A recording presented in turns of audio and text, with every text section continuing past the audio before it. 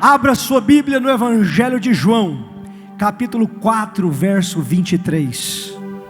No entanto, está chegando a hora, e de fato já chegou, em que os verdadeiros adoradores adorarão o Pai em espírito e em verdade. São estes os adoradores que o Pai procura. Amados, Deus tem me dado o privilégio de pregar o Evangelho ao redor do mundo. Só este ano eu já coloquei o pé nos Estados Unidos, na Irlanda, na Bélgica, na Alemanha, na Colômbia, em Burkina Faso, na Etiópia e aqui no Brasil. E sabe, ao redor do mundo eu tenho percebido algo. Há uma fome crescente de Deus. Há uma fome e uma sede crescente de conhecer a Deus. As pessoas querem conhecer a Deus e os seus propósitos e os seus caminhos. Elas estão perguntando: será que Deus é real? Será que Ele se importa comigo? E as pessoas querem ser conhecidas por Deus. Elas querem que Deus entre na sua história e faça parte de suas vidas. E se você está aqui essa noite, ou se você está nos assistindo pela internet, é porque você é uma dessas pessoas que tem buscado a Deus com fome e com sede.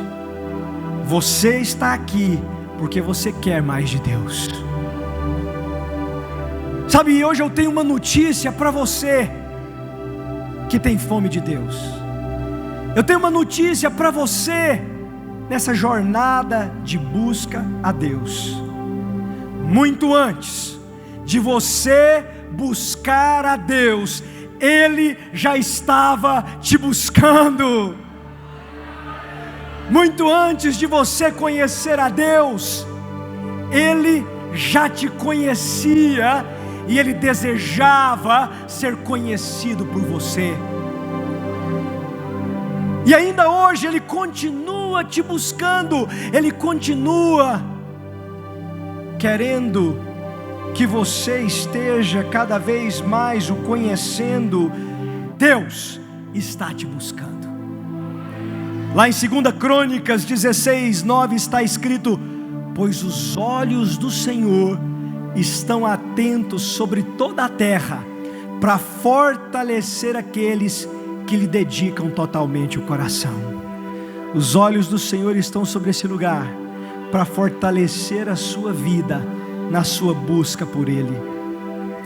Ele está te buscando, para se revelar a você, para te curar, para te sarar, para sarar as feridas da sua alma, para prover para as suas necessidades, para te transformar, para te santificar e te dar poder para vencer o pecado. Deus está te buscando para que você viva como um verdadeiro discípulo de Jesus aqui nesta geração. E essa busca de Deus pelo homem, ela é real desde o princípio. A Bíblia ensina que lá no jardim do Éden, quando Adão pecou, ele ficou cheio de vergonha e medo e culpa por causa do seu pecado, e ele se escondeu de Deus. E a Bíblia diz que Deus foi em busca de Adão ali no jardim. E quando ele buscou Adão, ele perguntou: Adão, onde é que você está? Interessante que Deus não disse assim: Adão, por que você pecou? Adão, por que você fez o que você fez? Por que você aprontou o que você aprontou? Não, a pergunta de Deus foi: onde você está?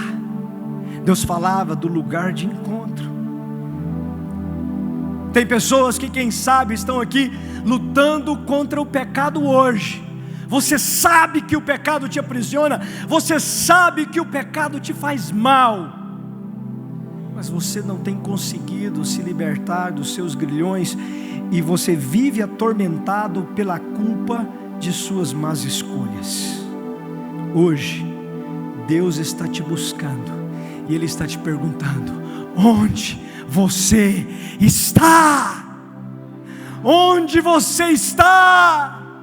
Porque Ele quer te encontrar para te sarar, para te perdoar, para te ajudar a quebrar esses grilhões e cadeias de dor, de sofrimento, de culpa, de acusação. Ele está te buscando. Deixa Deus te achar para que você seja livre. Deus está te buscando para te curar. Sabe, o pecado pode ter tirado o homem do jardim, mas quando você tem um encontro com Jesus, Deus coloca o jardim de volta no seu coração. Mas Deus buscou também a Moisés. A Bíblia nos diz que quando Moisés era jovem, ele entendeu que Deus o tinha chamado para ser libertador do povo hebreu, que vivia em cativeiro no Egito, debaixo do jugo de Faraó. Mas Moisés, na sua juventude, se precipitou. Ele cometeu um erro. Moisés acabou matando um soldado egípcio e atraiu sobre si a ira e a perseguição de Faraó, e ele precisou fugir para o deserto. E Moisés ficou naquele deserto 40 anos. 40 anos longe do Egito. 40 anos longe do chamado de Deus para a vida dele. 40 anos longe do clamor daquelas pessoas que continuaram sofrendo. 40 anos na solidão e no isolamento do deserto. E tem pessoas aqui que têm vivido como Moisés. Um dia Deus te chamou, um dia Deus te entregou dons, um dia Deus te entregou talentos, um dia Deus te usou, um dia você frutificou, mas alguma coisa aconteceu. Quem sabe você também se precipitou, cometeu um erro, ou quem sabe você foi se esfriando aos poucos por causa da perseguição e da oposição. Por alguma razão, você parou de viver o chamado de Deus para a sua vida e foi para o isolamento do deserto. E você também tem estado longe do chamado de Deus para a sua vida, longe do clamor das pessoas que continuam sofrendo e Deus te chamou para ajudar. Sabe, quando eu orava aqui por essa conferência, Deus falou ao meu coração que tem muitas pessoas aqui nessa igreja, que já foram grandemente usadas por Deus, mas que hoje a sua vida está como um poço, que tem água cristalina no fundo, mas você deixou as pedras taparem esse poço. Deus quer que você tire essas pedras, para essa água voltar a jorrar. Esse é um tempo de restauração, de chamados e ministérios aqui nesse lugar. Sabe, Deus foi buscar Moisés lá no deserto, apareceu para ele na sarça ardente e chamou ele pelo nome: Moisés, Moisés. E quando Deus fez isso, Ele estava dizendo: olha Moisés, eu não mudei de ideia a seu respeito. Olha Moisés, o meu chamado ainda está valendo. Olha Moisés, o povo ainda está sofrendo, e você vai ser o libertador. Nessa noite Deus está falando para muita gente aqui: eu não mudei de ideia a seu respeito. Não importa o que você fez, não importa o erro que você cometeu, não importa o que outros fizeram contigo, o chamado de Deus para a sua vida não mudou. Existem pessoas lá fora sofrendo, perecendo, e elas precisam do que Deus depositou na sua vida. Está na hora de calar as vozes de culpa e de acusação na sua mente, para ouvir o clamor de um povo ferido que precisa do que Deus te entregou. Sabe, a vida de Moisés mudou quando ele disse: eis-me aqui. Deus usou para sacudir nações e mudar a história. E hoje Deus está esperando o seu eis-me aqui. Deus está esperando o seu eis-me aqui. Ele está te buscando. Ele te trouxe aqui para ministrar restauração na sua história, no seu chamado e na sua família. Está na hora de você voltar a viver o chamado de Deus para a sua vida. Está na hora de você voltar a viver os sonhos que Ele deu para você.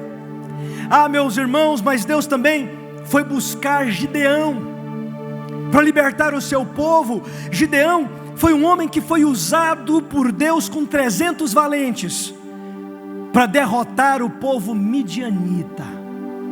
Os midianitas era um povo que se organizava em bandos, e eles atacavam Israel, trazendo muita devastação. Eles roubavam as colheitas, queimavam as cidades, violentavam as mulheres. Então o povo de Israel vivia em muita pobreza, vivia com medo por causa da violência e da brutalidade dos ataques, da opressão dos midianitas. E Deus vem buscar Gideão. Ele estava malhando o trigo no lugar onde se espreme a uva, com medo, inseguro, escondido. E é interessante que quando Deus chama Gideão, ele fala com Deus expressando a sua frustração, seu sentimento de abandono. Olha o que está escrito em Juízes capítulo 6, verso 13. Senhor, Gideão respondeu: se o Senhor está conosco, por que aconteceu tudo isso? Onde estão as suas maravilhas que os nossos pais nos contam quando dizem: não foi o Senhor que nos tirou do Egito? Mas agora o Senhor nos abandonou e nos entregou nas mãos de Midian. Gideão mostrou aqui que ele se sentia abandonado, ele se sentia rejeitado, desamparado, como se não houvesse ninguém por ele. Sabe, tem pessoas aqui que têm se sentido assim. Talvez uma tragédia aconteceu na sua vida, um relacionamento que acabou, um negócio que faliu, uma grande decepção, e você tem se sentido só, abandonado, como se ninguém se importasse verdadeiramente. Mas hoje Deus está te buscando para te encher da presença dEle, e para te lembrar que Jesus nos prometeu que Ele nunca nos deixaria sós. Ele não vai te deixar só. Meu querido, minha querida, esse vazio que você tem sentido no seu coração, nenhum homem pode preencher, nenhuma mulher pode preencher. Esse vazio que você tem sentido aí no seu coração não pode ser preenchido com nenhuma balada, nem com nenhum amante, nem com álcool, nem com cocaína, nem com crack, nem com dinheiro, nem com fama, nem com carros, nem com casas. Esse vazio só pode ser preenchido com Jesus. E hoje Deus está te procurando para te encher da presença dEle, e você nunca mais vai se sentir só. Ele está te procurando para te dar alegria e paz que ninguém pode tirar. Deixa Deus te achar essa noite. Outra história linda é de quando Deus foi buscar Davi. A Bíblia nos diz que Deus rejeitou Saul como rei de Israel. Então ele mandou o seu profeta Samuel ir na cidade de Belém, na casa de Jessé, e ungir um dos seus filhos rei de Israel. E quando chegou ali naquela casa, a Bíblia diz que Jessé chamou todos os filhos, menos Davi. Foi preciso que o profeta perguntasse: mas não tem mais nenhum filho não? E Jessé disse: olha, tem mais um, mas ele está lá cuidando das ovelhas. E Samuel teve que insistir: vai chamar o menino, ninguém vai comer enquanto ele não chegar. Sabe o que significa isso? Que nem o pai de Davi acreditava nele. Nem o pai de Davi acreditava no que Deus podia fazer na vida dele. E tem pessoas aqui que se sentiram assim, desprezados, rejeitados. Os outros riram dos seus sonhos, não acreditaram no que Deus podia fazer da sua vida, criticaram você. E o pior é que alguns passaram a acreditar mais nas mentiras da rejeição do que na palavra de Deus, e passaram a viver na realidade dessa rejeição, e por isso suas vidas, seus ministérios ficaram travados. Mas hoje Deus quer que você entenda que não importa se o mundo inteiro te rejeitar, o que importa é que Deus te escolheu. Ele te escolheu. E Ele foi buscar Davi lá no pasto para fazer o rei sobre o seu povo. E Deus está te buscando aqui porque Ele tem um propósito extraordinário na sua vida. Nessa noite, deixa Deus te achar. Está na hora de voltar a viver o que Deus tem para a sua vida. Amados, nos faltaria o tempo aqui para falar sobre como Deus buscou os profetas, sobre como Ele foi buscar Jonas, que fugiu do propósito por meio de uma tribulação, de como Ele buscou Isaías no meio da depressão. Nos faltaria tempo aqui para falar de como Ele buscou Pedro no meio de sua vergonha de ter negado a Cristo, para falar de como Ele foi buscar os discípulos no caminho de Emaús, que estavam decepcionados porque não estavam entendendo o que Deus estava fazendo. Nos faltaria tempo para falar de como Ele foi buscar Tomé no meio das suas dúvidas, como Ele foi buscar Paulo na sua arrogância e no seu orgulho. De Gênesis a Apocalipse, Deus está buscando o homem. Hoje Ele está buscando você. Aliás, lá em Apocalipse 3:20, nós lemos que Jesus disse: eis que estou à porta e bato. Se alguém ouvir a minha voz e abrir a porta, entrarei e cearei com ele e ele comigo. Tem pessoas aqui que têm tido a porta fechada, pessoas que às vezes estão na igreja já há anos, tem pessoas aqui que estão na igreja há décadas, mas por alguma razão você fechou essa porta. Você vem aqui, você canta nos cultos, mas talvez você fechou a porta por causa da culpa, por causa da vergonha, por causa de uma rejeição, de uma decepção, de um sentimento de abandono, por causa do medo, e você não tem vivido o que Deus tem para você viver. Mas hoje Jesus está batendo na sua porta. Será que você vai abrir?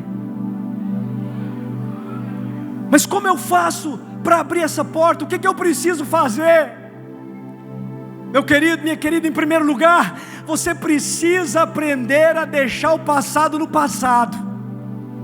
Olha só o que Paulo disse: irmãos, não penso que eu mesmo já o tenha alcançado. Estou lendo Filipenses 3, versos 13 e 14. Irmãos, não penso que eu mesmo já o tenha alcançado, mas uma coisa faço, esquecendo-me das coisas que ficaram para trás e avançando para as que estão adiante, prossigo para o alvo, a fim de ganhar o prêmio do chamado celestial de Deus em Cristo Jesus. Paulo está ensinando aqui que nós precisamos deixar as coisas que passaram para trás. Com certeza Paulo estava pensando nos momentos difíceis que ele viveu, nas perseguições, nas prisões, nas traições, nos abandonos, nas vezes que ele foi chicoteado, nos momentos difíceis. Mas eu percebi algo nesse texto. Paulo não diz assim, esquecendo-me das coisas difíceis eu avanço. Ele diz que esquecendo-se das coisas que ficaram para trás e avançando para as que estão adiante, eu prossigo para o alvo. Sabe o que quer dizer isso? Paulo estava também falando das coisas boas, dos milagres, dos avivamentos, dos tempos bons de comunhão. Nós precisamos também deixar essas coisas no passado. Não estou dizendo aqui que você tem que desprezar a sua história, não, de maneira nenhuma. A sua história ajudou a formar quem você é. O que não pode acontecer é que você fique preso ao seu passado. Tem pessoas que estão presas a situações difíceis que aconteceram, mas também tem pessoas presas a coisas boas que viveram, que ficaram para trás, e você, por não conseguir deixar o passado no passado, não está vivendo o novo de Deus para a sua vida. Quando o povo de Israel estava no deserto, Deus enviava maná para eles comerem, mas eles não podiam guardar o maná para o dia seguinte, porque no dia seguinte o maná apodrecia. Tem pessoas aqui que têm tentado viver do maná de ontem, e o maná de ontem não vai te alimentar. É importante que você não seja preso ao seu passado. Deixe o que passou no passado. Deus tem um tempo novo para a sua vida. O que Deus vai fazer agora é diferente do que Ele fez há 5 anos atrás, há 10 anos atrás. O que Deus vai fazer na vida dos seus filhos é diferente do que Ele fez na sua vida. Ele tem algo novo para você. Abra o seu coração e deixa Ele te achar. E finalmente, não resista à obra do Espírito Santo. Atos 7:51, nós lemos: povo rebelde, obstinado de coração e de ouvidos, vocês são iguais aos seus antepassados, sempre resistem ao Espírito Santo.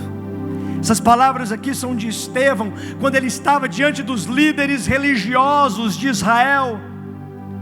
Ele disse isso para eles. Ele nos ensina aqui que o resistir ao Espírito Santo é um pecado de rebeldia.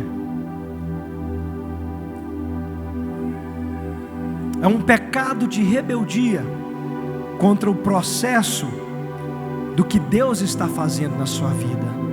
Porque, amados, preste atenção, Deus tem um propósito para a sua vida, mas antes do propósito vem o processo. O propósito de Deus para Jesus foi a coroa de glória, mas no processo tinha uma coroa de espinhos. O propósito de Deus para Jesus sempre foi que Ele fosse exaltado acima de todos os nomes, que Ele se assentasse à destra de Deus, acima de todo principado e potestade, e todo nome nesse tempo e no tempo vindouro.